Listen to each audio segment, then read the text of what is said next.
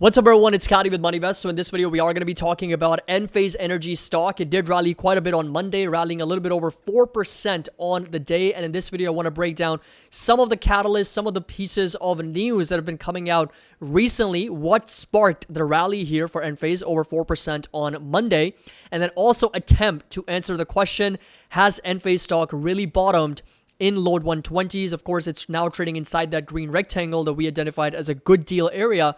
And of course, inside this very nice support that it's also validated in the past. So hope you guys enjoyed this video, find it helpful. Make sure that you drop a like. Don't forget to subscribe to the channel if you're just joining us for the first time. I would really appreciate it. And link to our Discord and Patreon is going to be down below if you're interested in joining. And of course, getting access to all the buy and sell alerts, options alerts, trade ideas, all the members only benefits, and of course, part of our MoneyVest community as well. So link's going to be down below.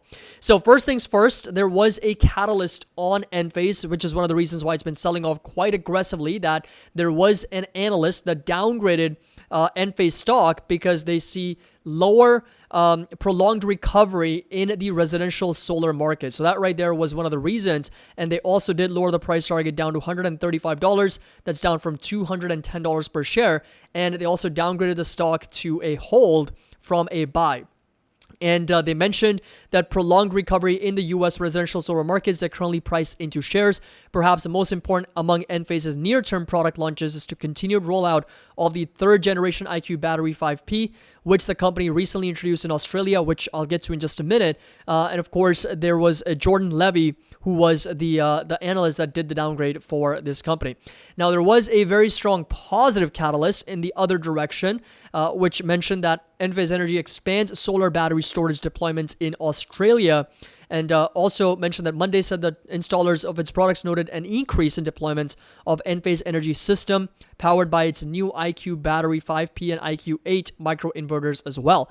And perhaps the most important catalyst, which I mentioned in our Discord as well, is the director reporting a $4 million share purchase in Enphase Energy. So this right here was the big catalyst, in my opinion, was probably the biggest one that resulted in the director, which is Thurman Rogers, disclosing the purchase of more than $4 million worth of stock. So he reported to have purchased 32,600 common shares on September 14th, between prices of $122.47 and $122.84. So it's not just me who's dollar cost averaging at these prices, it's indeed insiders as well. And his total holdings have been raised to about 93,000 shares. And that was actually one of the reasons why the stock was obviously higher.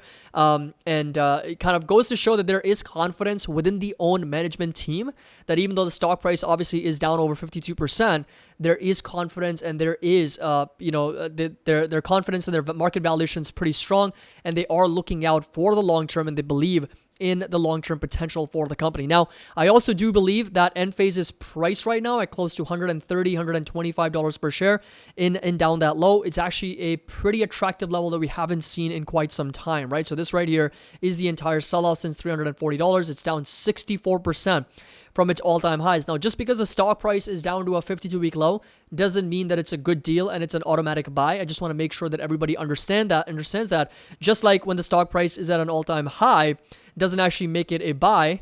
Just like that, when a stock price is at an all-time low, it doesn't make it an actual buy, right? And the same thing applies on the way up. So just because it's at an all-time high doesn't make it an actual sell or a buy, or just because it's trading at an all-time low or a 52-week low doesn't make it a buy or a sell, right? It's all relative. You have to understand where the valuations are. We have to understand what's the forecasted growth, what's the earnings, how's the business doing.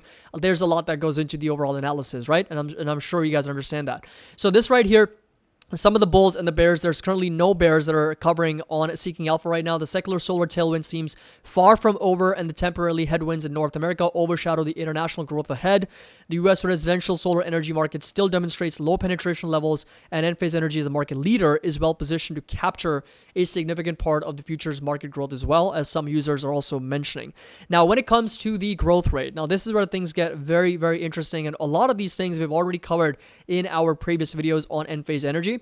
But I really like the idea that now, considering that it's trading at about $123, the forward P's come down to 24. Even though the earnings expectations are pretty strong, though for this year it's expected to grow by 8%, the next year at 657, the growth rate is expected to be at 31%, and the stock price right now, based on a forward price earnings multiple based on 2024, is 18.5. So that right there is the link that I want you guys to draw between the growth rate and the price earnings multiple, and the PEG ratio, which is basically the PE divided by the growth rate, right? So it's basically going to be 18.5 divided by 31.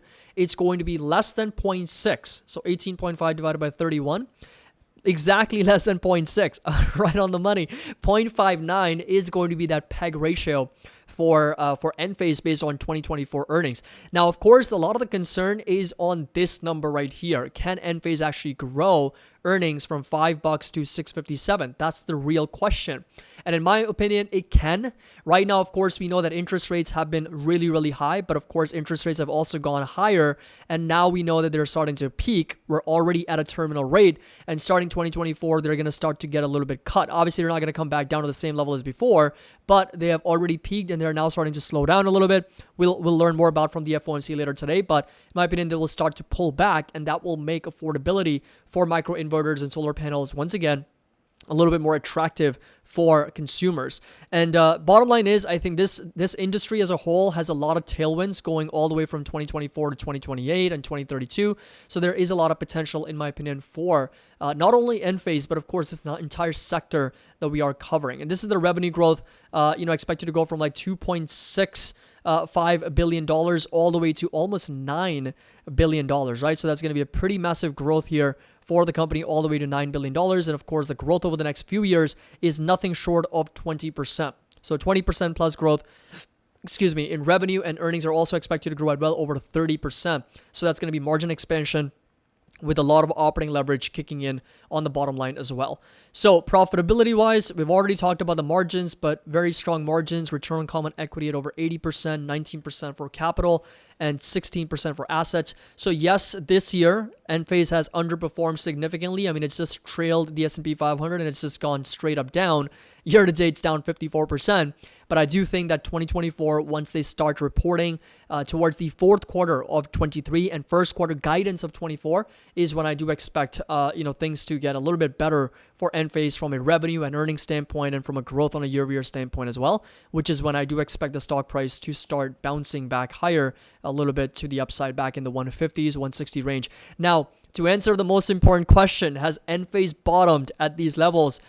Short answer is I don't know. And the most realist answer is, again, I don't know. Nobody knows. Nobody can predict where prices will go. So I'm going to be straight up with you. But kind of understanding, where the demand is, where the support level has been. So this right here has been a very strong support for Enphase a couple times. We validated that level once, here, second time over here. And right now we're sitting almost exactly at that price point. Yes, so the probability is quite high that we do see some buyers step in at those prices. Low 100s is ideal for me, where I would be a lot more aggressive in dollar cost averaging into the stock. But again, the probability does suggest that, okay, yes, the odds are in the favor of the bulls for finding support.